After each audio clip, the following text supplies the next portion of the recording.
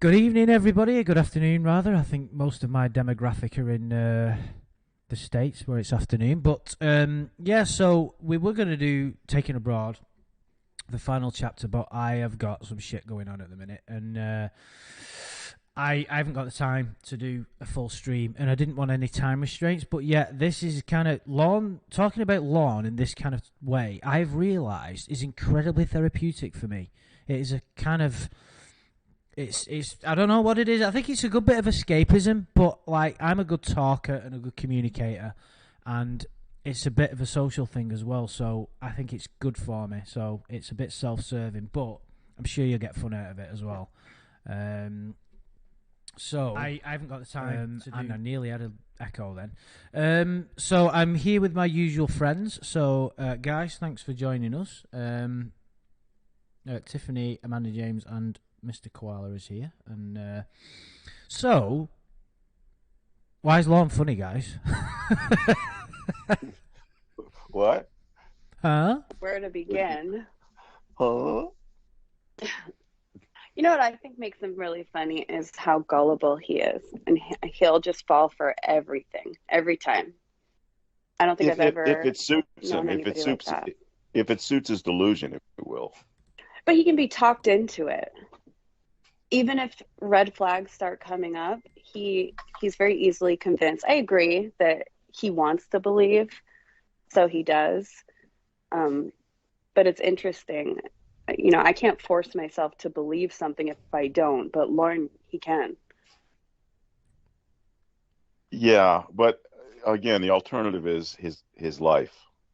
You know, so we'd rather again we don't. This isn't I guess a discussion about that, but you know, We could delve he into it. just he needs this, and if he has to believe the outrageous, he will. I think it buys Um, into the. We'll touch upon it a little bit. When we did the stream about the narcissistic personality disorder, I do think that there is some truth to that, and I think that this way that he views himself and the world, this narcissism, that's inherent to how funny he is. Now, in some people, it wouldn't be funny, but for him, for whatever reason, that adds. You see, the thing is, he's not clever, is he? He always gets everything wrong or does the wrong thing. Now, if you couple that with narcissism, it's a recipe for fucking humor, isn't it? Do you get what I mean? yeah, he's stupid and narcissistic. That's a beautiful, funny combination, right? I mean, Right, because he thinks he's clever. right, right. So, I mean, think about Silent Rick. You know, he thought that was supposed to be a cover that we're going to say, oh, okay, there's a guy there, but he doesn't talk and he doesn't can't hear him. And it was funny too when he was even talking to this person. Do you remember Yes. that when he said, "Okay, Oh, let's yeah. go"? Mhm. It was so funny. There was nobody there. Wow, But wow. he he thinks he's lies so clever. frequently. He is terrible at it. I didn't know he tried to talk to the guy in front of you. I thought Yeah. Yeah, you were he just did. drilling him about him. No, he definitely did. He talked to him. Oh, I gotta listen to that again. Yeah, it's pretty funny. A special hello to Shin's Manhole. Oh, hey, Shin's manhole. Yeah, well, of course, yes. We always like to loot down Shin's Manhole, don't we? We love it. Who doesn't? I think we're buffering a bit. There's nothing as entertaining, really. It's trying to. Because you know you're going to get some comedy gold moment at any point, don't you? Yeah, he just speaks in a really unusual way. He like emphasizes certain words that other people don't, and sometimes he'll speak in like a sing-song voice. Yeah. Like, there you go. It's a fucking Thank you, cracking Dad. impression that I fucking love it. I've said this before, but he's got impeccable comedy timing. You know, he hits his mark every time a catfish says something. You know, he's just, you know, he'd make a great comedic actor. He really would. A little bit like, have you seen The Joker? Have you guys seen? I know Lockhart won't watch it, but Have you guys I seen? wouldn't. Have you Yeah, seen? but Yeah. comparisons of him were made by the community to Duran, Ah, more Duran. He's a guy who held himself out as a comedian, yeah, that's true. and Lon's had, not really. I mean, and the thing is, as well, have you noticed as well? This is an interesting point to bring up. Well, I think it is. Lorne isn't funny at all. Have you noticed that? Like when he's as trying to be funny. well, he's Oh, never like. There's no intentionally? humor in him. There's no. In order to have real humor, to be a funny person, you've got to have some level of intelligence because you've got to understand what your audience is thinking, and you've got to kind of know what is funny at the minute, what's cool. You've got to have an emotional intelligence. I can't think of anything intentionally funny that Lorne has ever said, ever. Can you? The thing that comes to mind to me on that is his cooking video, It's not where meant to be he funny, is tried to. it? Well, again, I thought it was funny, but not the way he intended. Well, I then guess it's not what that I makes was. the point. Yeah, but you remember Uh-huh. when he had that little intercut where he had that the text saying, "Oh, if you get sick, don't blame me." He's like, that's his form of self-deprecating humor, which is, I think, an essential part to somebody being funny. Nobody wants to see a narcissist comedian. They've got to have, they have to have some humility to them, and the ability to poke fun of themselves. And I would imagine that's probably the better qualities that a comedian needs. But he's got none of that. So when he does self-deprecate himself, it's over little minor things, little trivial things like I can't cook vegan food. It's like, oh, wow, this guy's really making fun of himself. He's in there, but that you're right, it didn't work. What are other times he tried to make? I know he tried to do that with you a few times, Tiffany. Intentional jokes that didn't Fell land. flat. Oh, probably. Yeah, but I can't think of anything right off the top of my head as something that he meant to. But I do recall there was some kind of a story. It's usually when he's trying to be funny or he's trying to relate a funny story, it usually has to do with his mom. Like, his mom is so funny. She says the funniest things. And as he's telling the stories, he's laughing hysterically. Like, it's the funniest thing that he's ever heard. But I can't. I'm trying to think of what that story was. I was trying to think of it this whole time, and I can't think of it. But so there's certain instances like that where he's trying to be funny, and he believes that other people are going to think it's funny too because he's laughing along. But also, if you listen to the yard sale stuff, he laughs at everything he says. Everything. And he laughs, and he laughs at everything other people say. So I don't know. It's very strange. That's Just letting I you think know, that's just guys. I've promoted Shin's manhole to moderator. oh, good. We need Fantastic.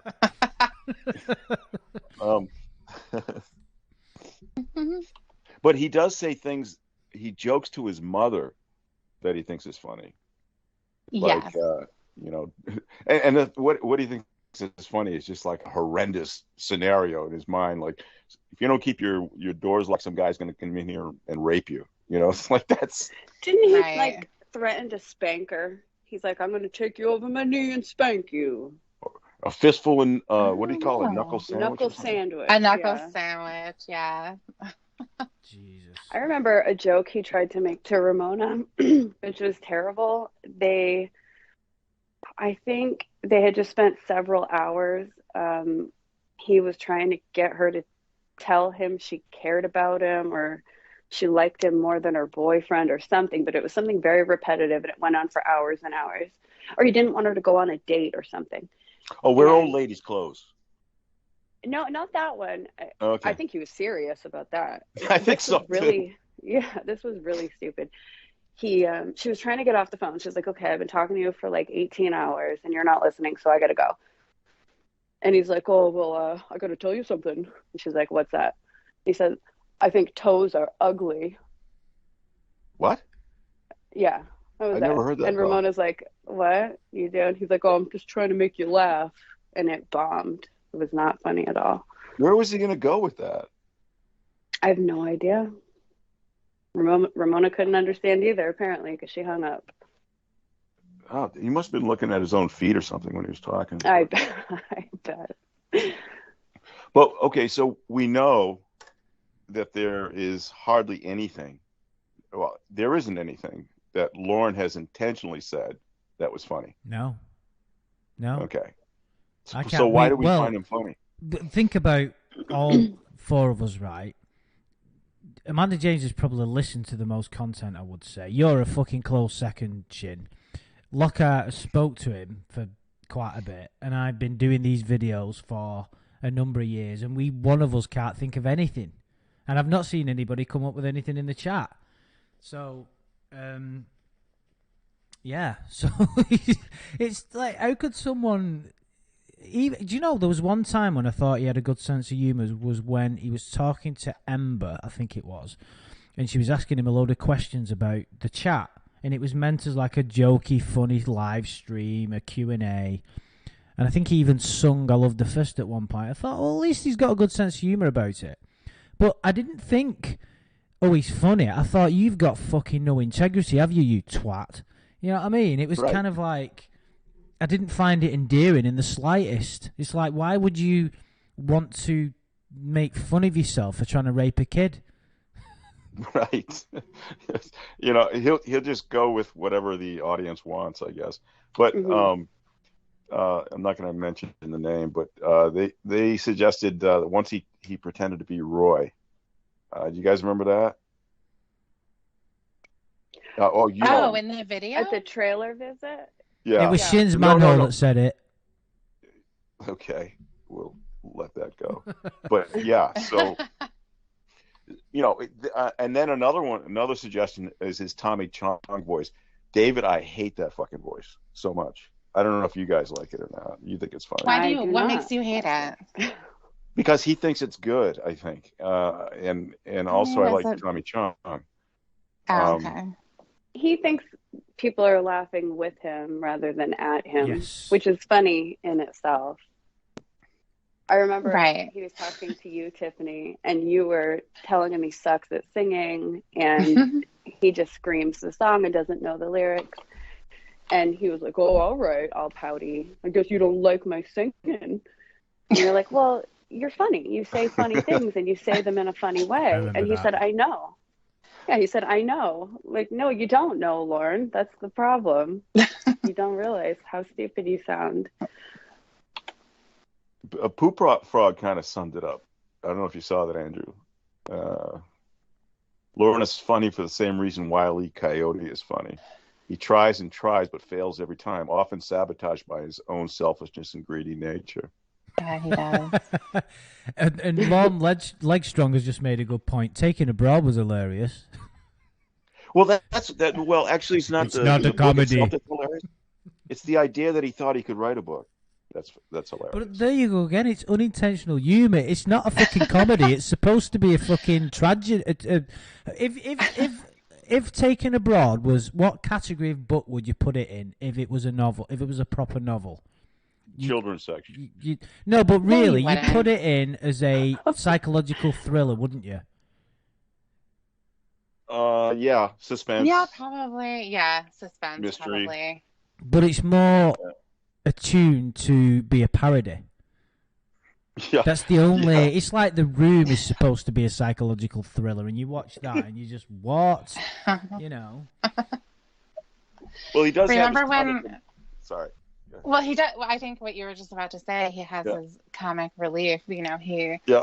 I think he told Paul he had a tender head. That's right. I was going to say that, which I laughed at. Of course, yeah. That was him trying to be funny, and he was, but not. I guess not for the same reason.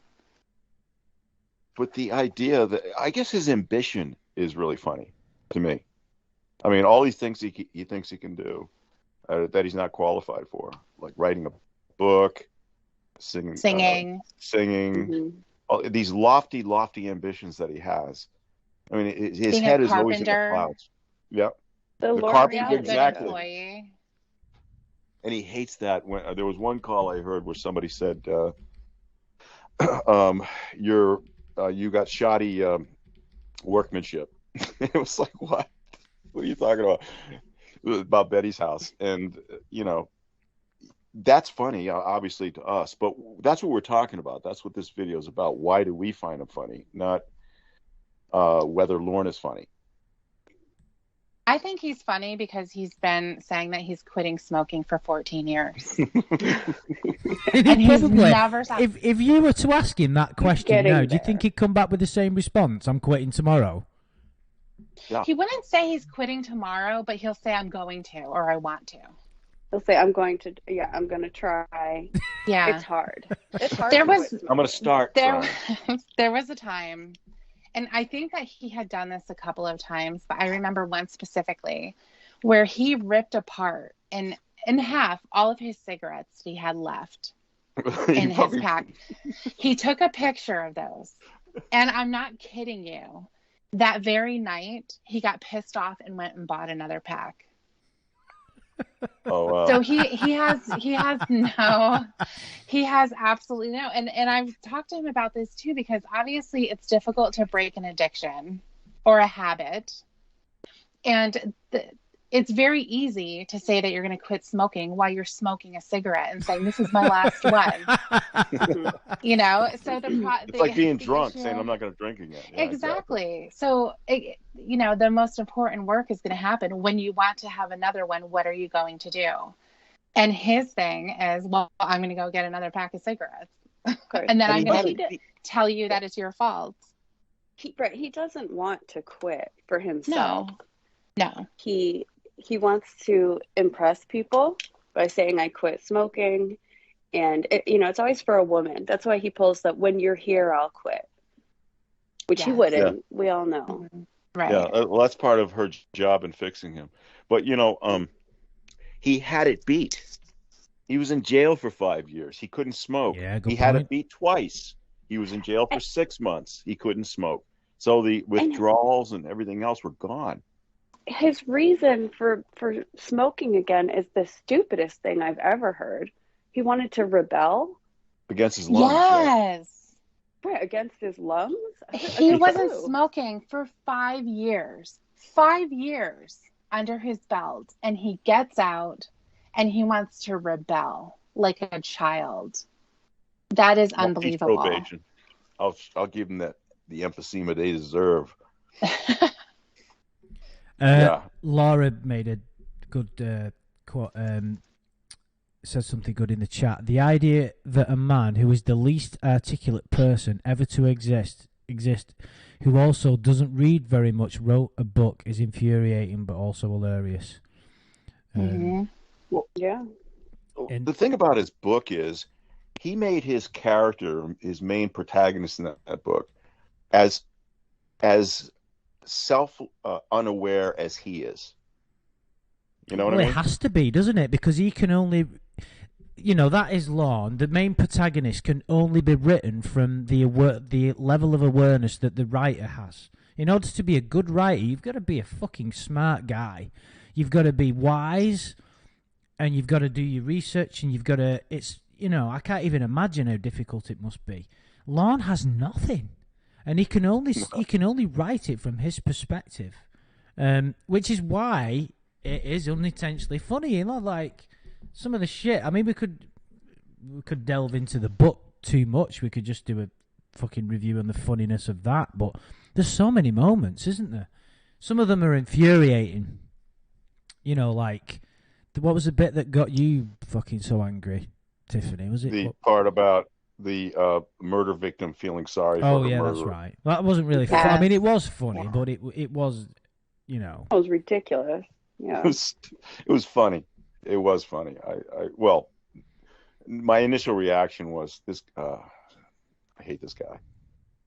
But then, as you think about it, and you think about the book as a whole, it's really like his redemption tour. He thinks that if this guy can kill 1 million people because his mind wasn't right, I only tried to sleep with a decoy. wasn't real, so it can't be that bad. So you got to give me some slack here. I'm not a mass murderer like this character, you know. And that's what got me out of that. And there is a fine line between him being funny and enraging you at the same time.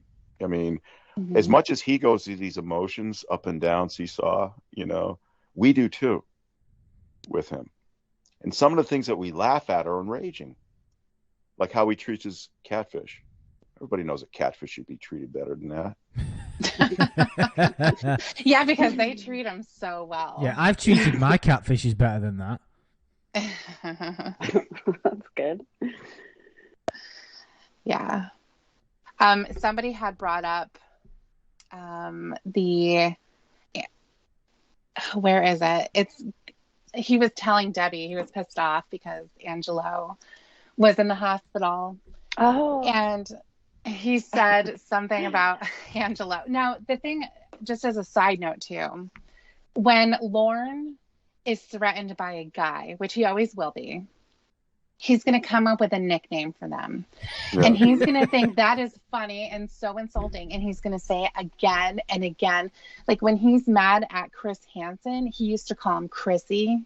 And it was so obnoxious because I never heard that. Really? I didn't either. Oh yeah, it was way at the beginning. But he, you know, and for Will, he called him Willy Wonka, as if that's supposed to mean anything.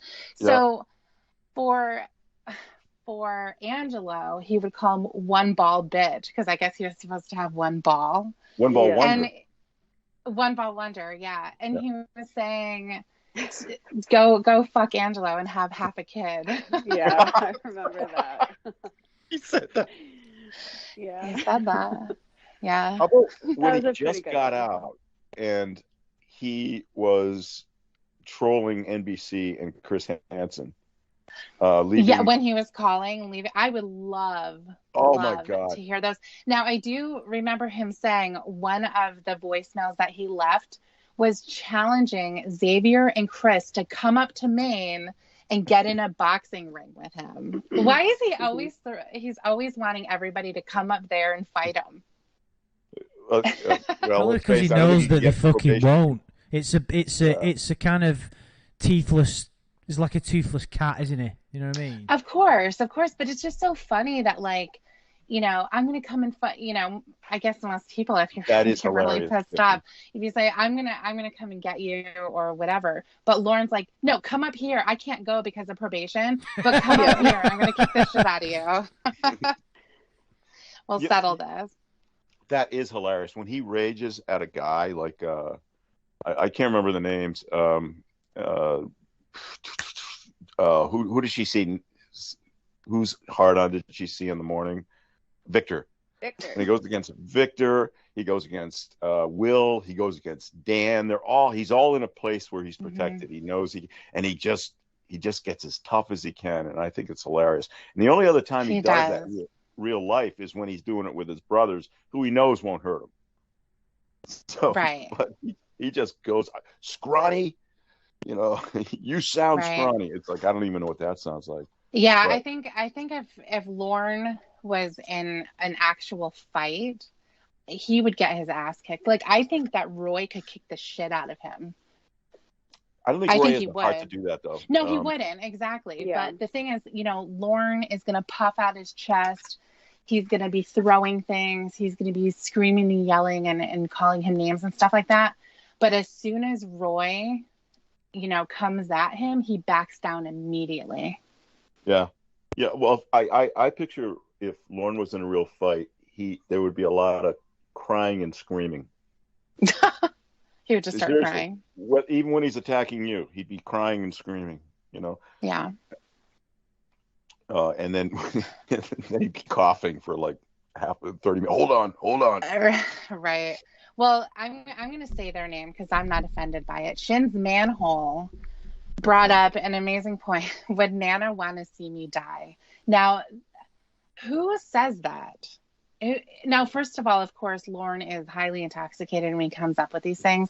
But his Nana want to see me die. If there was a homeless man in front of you, would you give him mouth to mouth? You know, all these like really odd scenarios that he throws out there, they don't make any sense. But he thinks that they do because he's really trying to drive home a point. He's not really sure what that is, I don't think, but he's trying to teach you a lesson. That's what it comes down What to. was the point with Nana? If I was a baby, would Nana want to see me die? I have no idea. I think And I then he understand followed that. it up with, he said, Nana has been on this earth, That's what it was. Yep. and I That's it. have been on this earth. I can't remember exactly what he said, but it made no sense at all.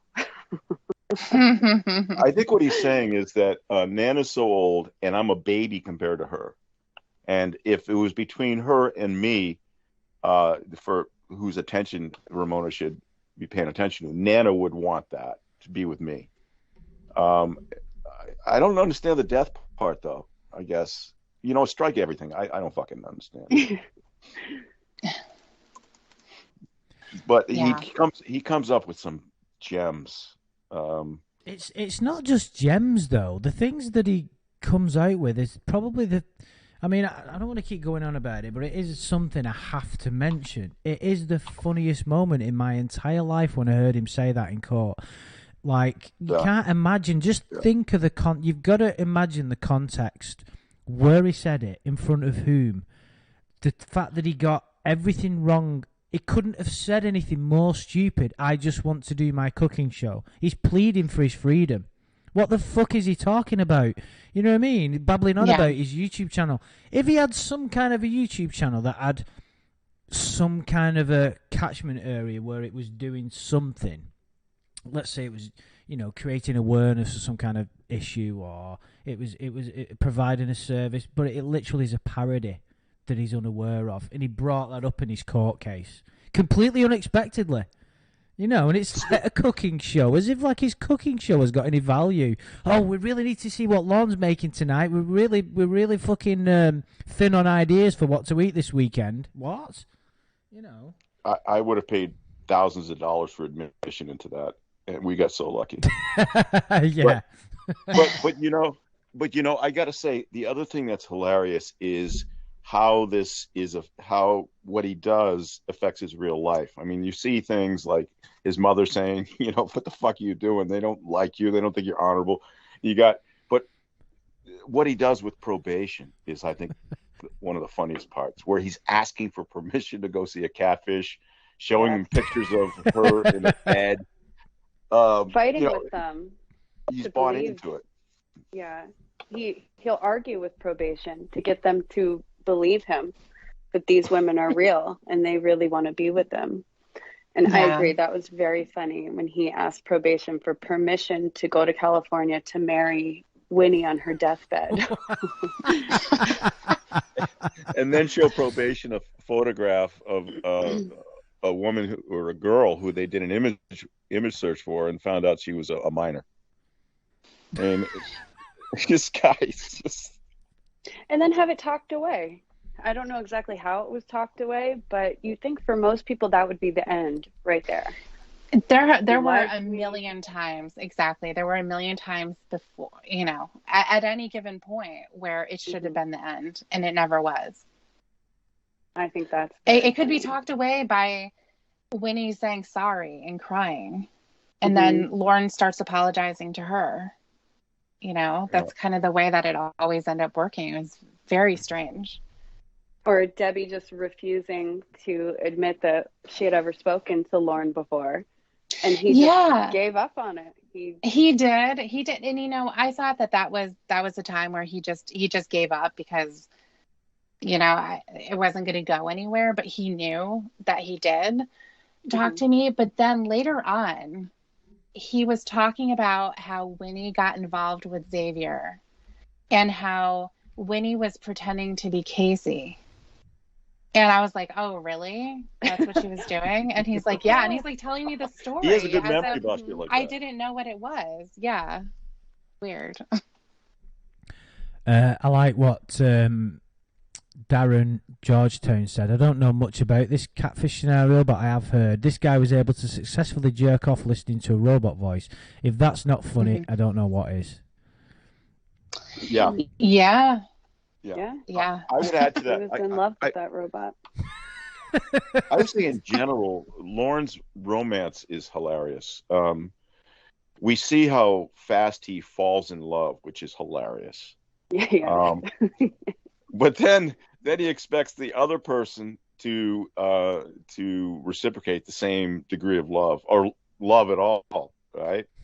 So it's hilarious to me when you love me, that kind of shit that keeps coming up, and they evade his question, and then like Ramona and you basically said, no, I never said I loved you, and he still proceeds as if you do, and again, some of it gets enraging, but it's hilarious. The way he sees himself as a catch, as That's opposed to remarkable, a that, isn't it? doctor. He knows he's good looking. He knows. It's not just that, but he's got a future. He's got, why would you want to go sunbathe on in the French Riviera when you can go hang out with him and Roy, or be on the phone with him? Right. I mean, it's hilarious, and it's a lot of it's the presumptuousness of him that makes it really funny for me. But in that realm, there's that stalker personality coming out too. And the other thing is, what's interesting is when he has catches his, one of his catfish cheating or something like that, or intimate that they did, he's always asking, "Are you in love with him?" Like, he can't understand that you can have a sexual relationship with somebody without being in love with someone. I don't think he does. Mm-mm. I don't think he, and I think it's very clear being in love for Lorne. I don't know what that looks like in his head, because it's not TV attached to. Yeah, it's a TV show, and it's also something where, like, if we agree that we're in love, then we're in love. That's what it is. It's not like any type of real attachment or any real commitment, because, of course, having that relationship over the phone is nothing. What he provides to the catfish, what the catfish provides to him, is nothing. So as far as substance for a relationship is concerned, and for him to make the demands that he does for loyalty, but then also keep his eye open, because if there's another possibility out there, he's not letting that go. So he's going to pursue that as well. Winnie, do you mind if I like Debbie? Whatever the fuck he said. Jesus Christ. Everything's in this ancestral circle of his. He's gone through every female, I think, that the catfish has had to offer, right? Even the ancestral. He has. Yeah. Have you not noticed though? We've gone through quite a lot of good, valid reasons, intelligent reasons why it's funny, and why humor is important, and why humor works. But yet, I almost feel like there's something you can't quite put your finger on. It's almost like Lorne is greater than the sum of his parts, but for the wrong reason. It's a crazy paradox. Do you get what I mean? It's like the word, like, I wish I could fucking remember which catfish call it was, because I don't listen to that many of them. Sure, it must have been a Debbie call or something, because I don't listen to many others, if any. I don't know why. I'm not complimenting you, Lockhart, by the way. And Yes, you are. No, and he'd either drop something when he was on the phone or something, and he just went, "Son of a bitch," like that, and I was laughing my fucking head off. That's all he said, and it wasn't even like, the thing that he did wasn't even funny. It was just the way he said it. He just went, "Son of a bitch." I was like, fucking in hysterics for 10 minutes. Just like, what other human could do that? None. Remember when he hit the deer? Tiffany and Shin, you guys remember when he hit the deer? Or he was about to hit the deer or something? Yeah. Jesus Christ. I like when he does his physical comedy where he hits the door. He's talking and he hits something, like weird. Right. And I also like when if we're talking about his physical comedy, I love when he's like moving a shoebox. Oh, the grunting. Whatever it is. All the grunting, yeah. You can almost predict it. Yeah. What's funny too, being unintentionally funny, is his house or that trailer that he lives in. It's such a dump. And he thinks he's making progress. He thinks he's fixing it up. He's lived there for a couple of years on his own. Now, I understand that this place was not in great order when he took it over from his uncle. I think that it was in disrepair at that time. But he's been... forget. Huh? Sorry. No. Somebody mentioned, please. I'm sorry. Okay. He, quote unquote, has been fixing it up since then. And it's worse than ever. I mean, we can look at the pictures from the beginning until, the last one's received. And it's like that his master bedroom isn't complete. The master bathroom isn't complete. He doesn't finish anything. It's like he starts something and then he moves on to the next. It's not only that, he starts that. Well, no, he doesn't maintain it, but he doesn't even start somewhere. He doesn't even clean up. No. The place is it's just riddled with garbage. And he keeps accumulating stuff for this yard sale. That shipping container that Roy lives in or whatever, he's fixing it up, it wasn't there at first. He took that there. And it just fills it with garbage. That he has this idea of this magical yard sale that somebody's going to come along and just buy a bunch of stuff and he's going to make thousands and thousands of dollars from going to the auction and whatever he's getting this stuff from. Well, that brings up something I think we've got to touch on. Is eBay shit. How hilarious is that? Like, something that... I don't think that's as hilarious for me. I don't know why. I guess I'm not... You don't think it's hilarious that he wanted to sell a pair of his underwear on eBay and thought he could get several $100 for it? I thought you were talking about his Beanie Baby. I thought you were talking about his Beanie Baby thing. That he's on eBay now. I don't know if you know that. I do think it's funny that he thought he had hundreds of thousands of dollars worth of Beanie Babies in trash bags. Okay, that part is funny. I'll give you that.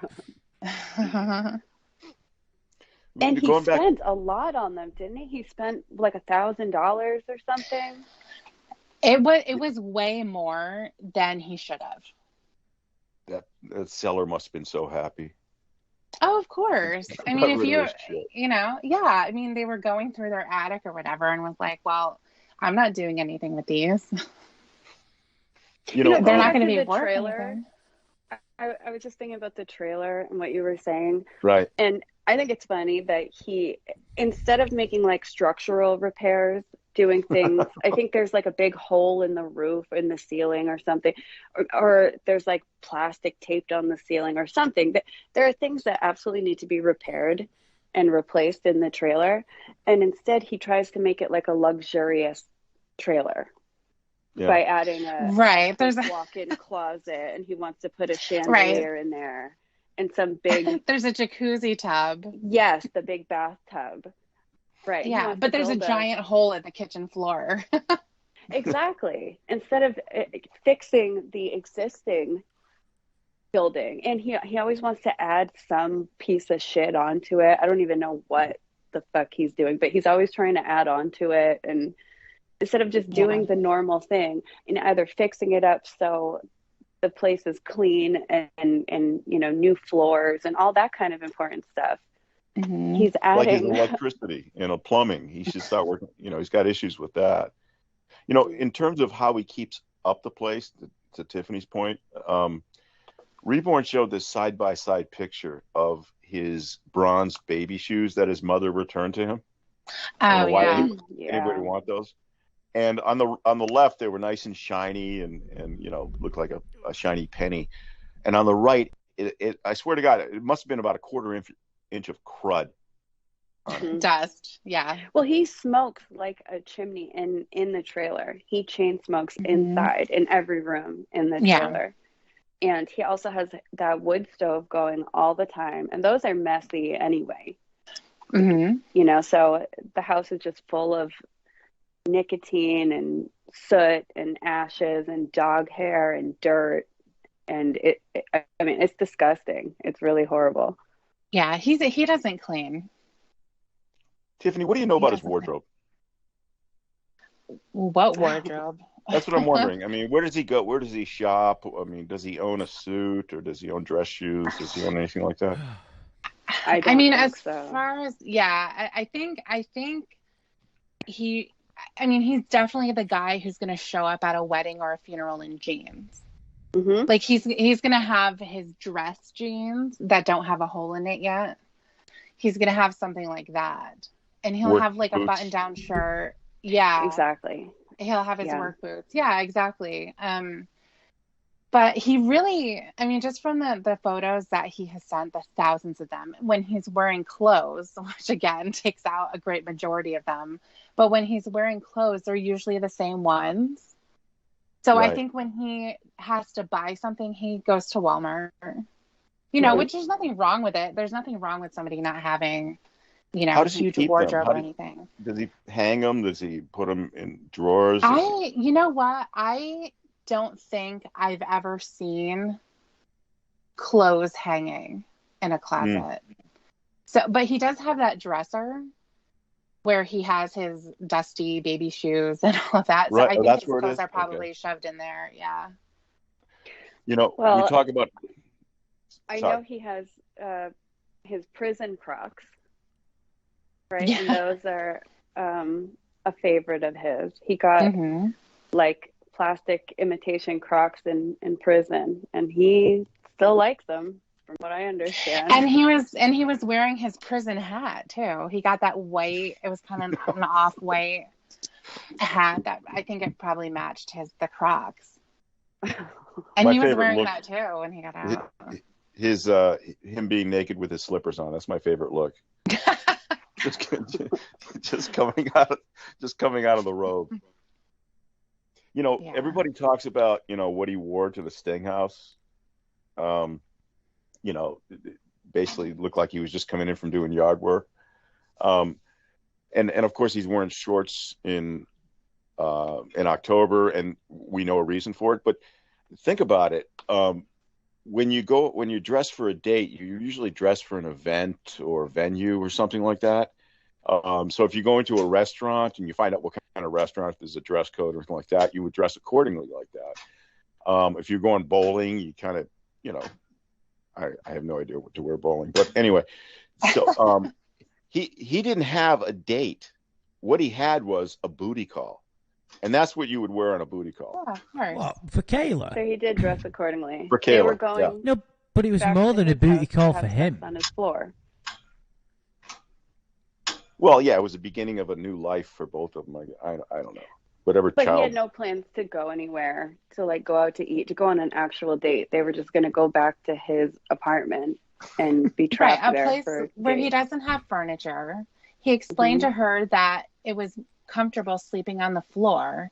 So Which is funny. he's not going to be thinking. He's not thinking, I don't think, that he needs to dress to impress for a 13-year-old girl. He's got no dress sense. I think we can quite safely say that. There's no, in order to have dress sense, you've got to have some kind of character and some kind of respect for your own being, as it were. I don't know how to articulate it well, but whatever you need for a good dress sense, Lorne doesn't have it. You know. By that time, he was already taking Caleb for granted at that point, so he didn't feel like he had to dress. That's a good point. That, yeah, he didn't think he needed to make the no, effort, he did didn't have to. Yeah. Yeah. Yeah, that's true. I did always wonder, though. Remember when Ramona was going on a date, and he said, when he made the fat lady clothes comment, he said, "You don't need to wear anything sexy. I'm not going to wear anything sexy." Yes. What What was that? What could he wear that's That's a good sexy? point. Yeah, I would His have ass was actually loved chaps. to hear. Me Oh yeah, too. I wish what is Ramona your had asked him. what's your sexy outfit, Lauren? Oh, I wish again violates our directive, but I wish the Catfish had asked him to, you know, dress certain ways for him. I'd like to see him in a suit. You know what he looks like. He doesn't have one. I don't Well, think he has borrow one one. at all. You know, I meant borrow one, and I would have it be ill-fitting. Ill-fitting, yeah. Yes. You know, Yeah. either Absolutely. the jacket's too big or too small. The pants are going to be too long. Way Yeah. too long. Yeah. For sure. I would love to see that too. Great idea. Laura wanted to know how he was dressed at court. Unfortunately, Laura, he was wearing standard prison dress, which was just a... No, he wasn't, Andrew. What? He was still in a civil suit. Don't you remember? He had his salmon tank top on, and he had blue jean shorts on. Really? So what he was arrested in? Yep. Yeah, that's what he was arrested in. Fucking... I was right, I'm way getting the jean colours shorts. confused. Right, fucking hell. No, it was the same. It would look like a jumpsuit if you just saw him from the waist up. But I mean, of course, it had some sleeves. Well, the But fact that they got him confused with prison wear tells you all you need to fucking know. Yeah, exactly. I'm glad he wore his own clothes for us. I don't want to see him in some standard outfit. Oh, I don't know. I think it'd have been something gratifying about seeing him like that. But saying that, though, seeing him shackles was good enough for me. You know what I mean? Yeah. It was wonderful. It was, yeah. It's like, you know, we've touched upon it, but his little, like, the little noises he makes. Why are the noises so funny? It's like his bashfulness, like, and, you know, just, he doesn't even have to say a word. He doesn't have, there's non-verbal... The squeaks.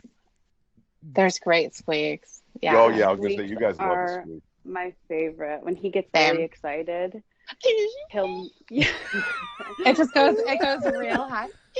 Or cries.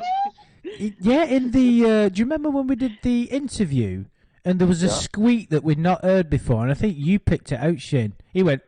It was like a... Oh, there was some kind of an eep that I'd not heard before when he was crying. You know, it goes against a good person's nature to laugh at somebody when they're crying. No, Really no. Lorne's is a universal excuse or a universal exception.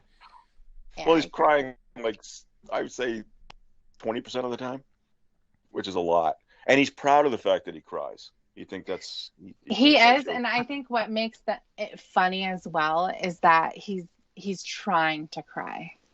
I think he sees that as a virtue. I think he thinks that if he cries, it makes him look more human. Well, he thinks like a man. He told Tiffany, don't think I'm less of a man because I'm crying. You're not a real man unless you can cry. Yeah, he did say that. But it is funny how he turns it on and he turns it off immediately whenever he needs to. It's usually anger that does that. Yeah, I like it also how he will state how long he was crying. You know, I cried all night. I cried for 3 hours. And it's like, no, you didn't. Shut up. And he also wants people Tony and Wendy. Whoever he's intent, if he can't be crying to the person he wants to cry to, he'll cry to one of the ancillary characters and make sure that they know to tell that person that he was crying. Mm-hmm. He wants credit for the cry when he didn't actually do it. Yeah. Another thing that I find hilarious with Lorne is, what does he think he has to offer the women that he's talking to? I mean, I know we kind of touched on this, you know, him versus a doctor. You know, that's not even a competition. Lorne every day. But, you know, what is it about? What does he think he's offering? Just, you know, I have a theory about the Kayla thing. And I think what he did was he threw out all his warts. He showed her everything so that when he saw her in person, she wouldn't be turned off by him like real people in real life would be.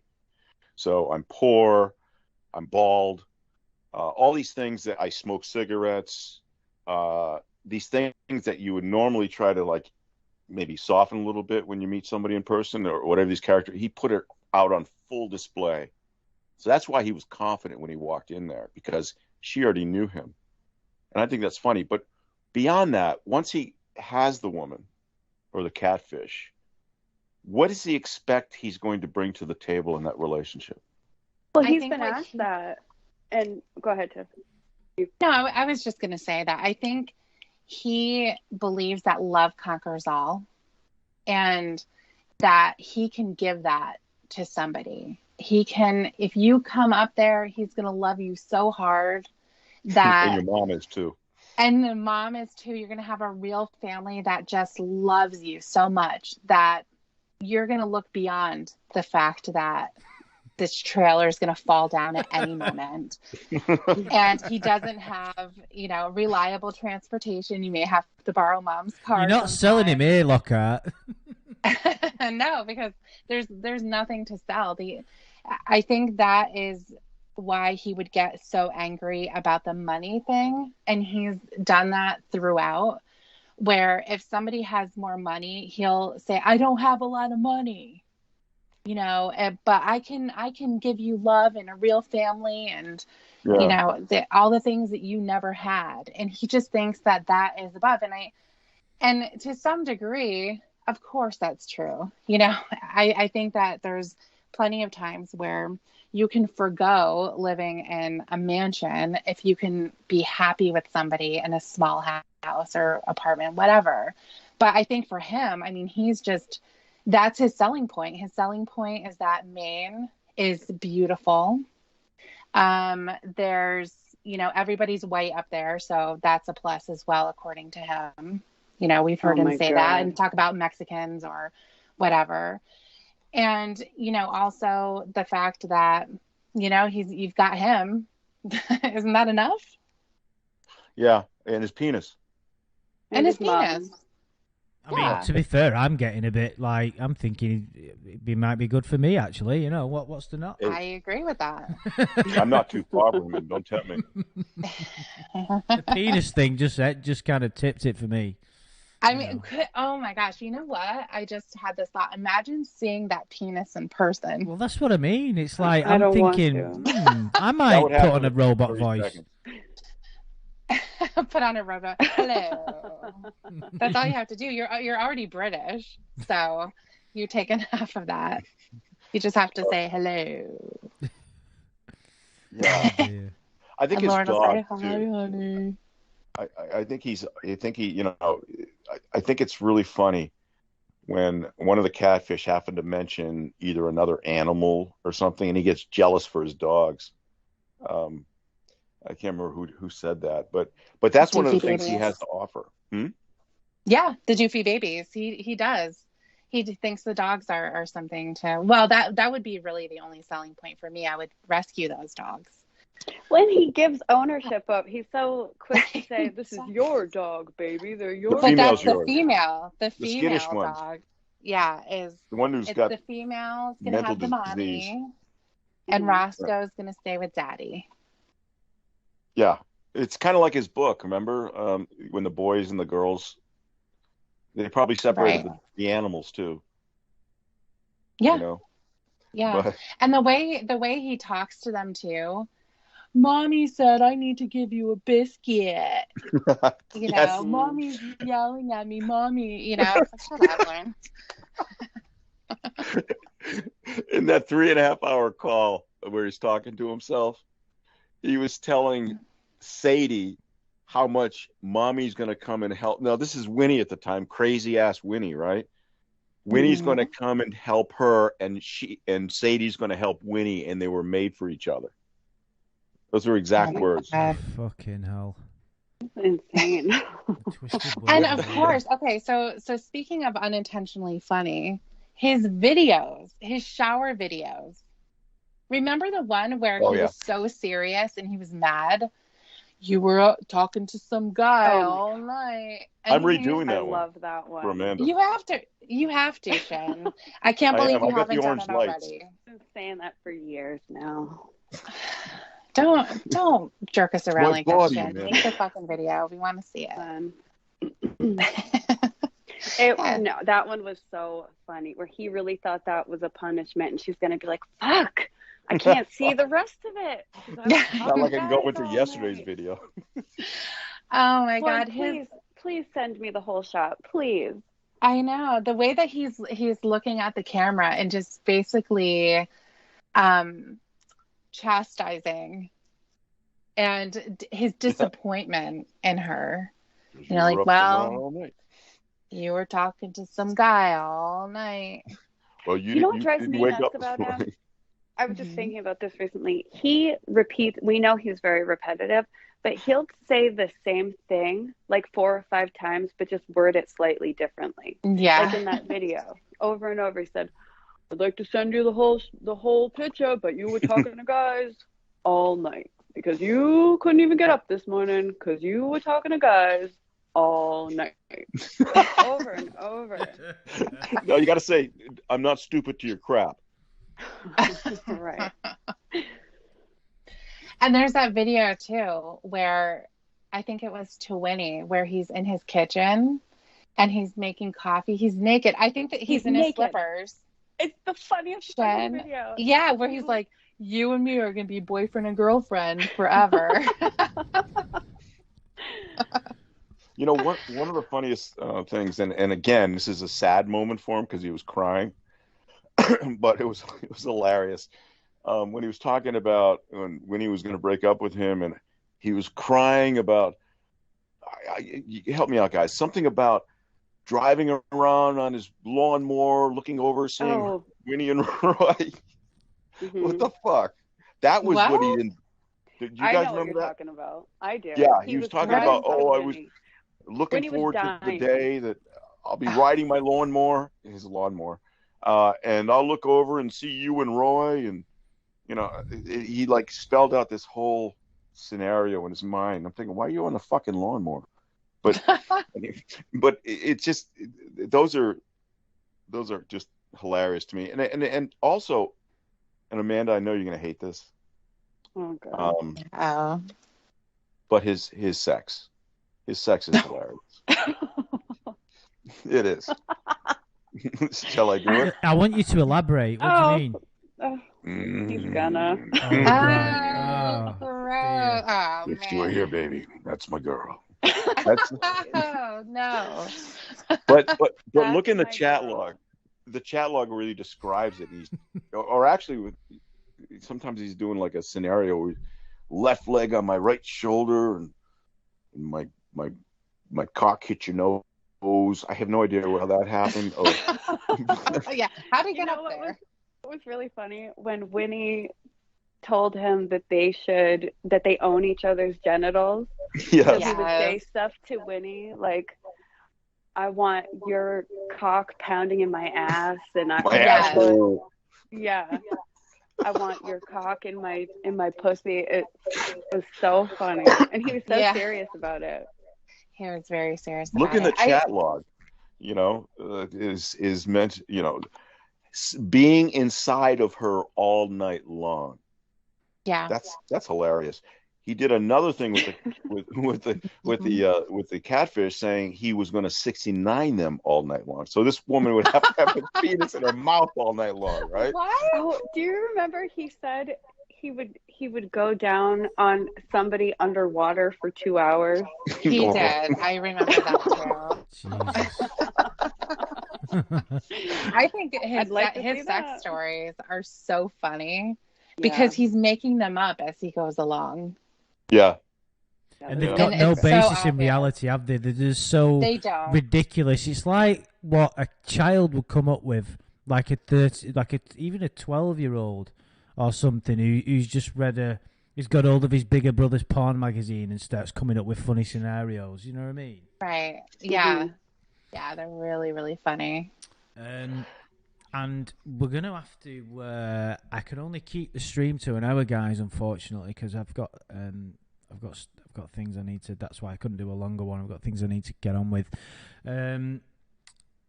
So I mean, we could just go for hours and hours, couldn't we? And we haven't even got anything written down. Shin's not. Have you got your notes with you, dude? No, I haven't looked at them. You know, you told me, you said, think of things that make Lorne unintentionally funny, and I'm thinking. The problem is I'm overwhelmed with those thoughts. And I think everybody is. Well, think of how many hundreds of hours of content there is. You know, it's like the longest sitcom in the world, and you're trying to come up with the best bits. You know, you could be there all day. Like, I mean, you could make the argument for The Simpsons, but it would stop being funny after like season 14 or something.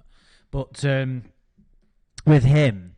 There's so many moments, isn't it? Even for me, and don't forget, you guys must have heard 10 times much more stuff than I have. You know, I assume the Winnie, some of the stuff he comes out with him, the Winnie calls is, and that's probably the most contented catfish, isn't it? For hours of recording, I would imagine. Yes, I think so. So. We haven't really answered. I think we've kind of answered the question, haven't we? It's like I said. I think there'll always be that something that you can't quite grasp but we've done a pretty good job of, trying to get to the bottom of why he's so funny, and it really comes to his unawareness of how unaware he is of how people see him and how goofy he is. It's remarkable, really. We could probably do another one of these, I reckon, maybe, but that's getting aside all the fucking finishing chapter 12, then we've got to do a review of that, then we've got to do the Holy Grail, then we've got to do the Virgin discussion, then we've got to go back to the chat log. If we could make money off this, wouldn't it be a great job? You know what I mean? Yeah, Yeah, it'd be great. I think it would be fun. Full-time Lorne podcasters, that'd be fucking great. Yeah. Well, I gotta just imagine congratulate Andy you, me noticing it working. Oh, what are you doing, Andrew? Well, have you seen that YouTube channel of mine? I'm just going to be talking about Lorne full time.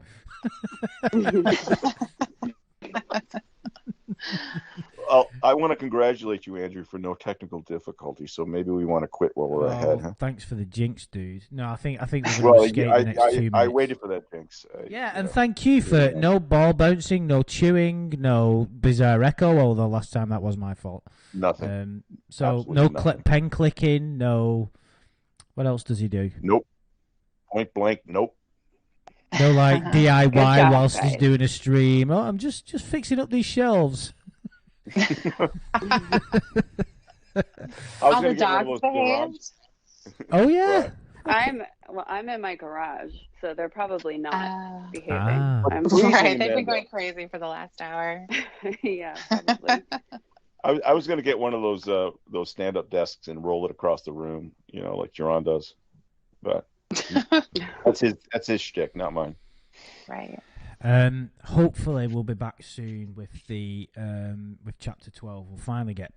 I've noticed as well it's really short, that chapter, because we were gonna do. Thank God I didn't look at it. I had everything set up to do the chapter, and then something happened and I couldn't. And I copied, I put it into a Word document. It's really short, which for the fucking final chapter is a bit annoying. But anyway, doesn't matter. Yeah, so we're done. Thanks, everybody. We've had quite a lot of people in the chat today. It's been really cool. And thanks, a big special thank you to Shin's Manhole. Our new moderator, yay. Thanks, Shin's Manhole. Thank you for being born. Yeah. Oh, yeah. I couldn't agree with those sentiments more.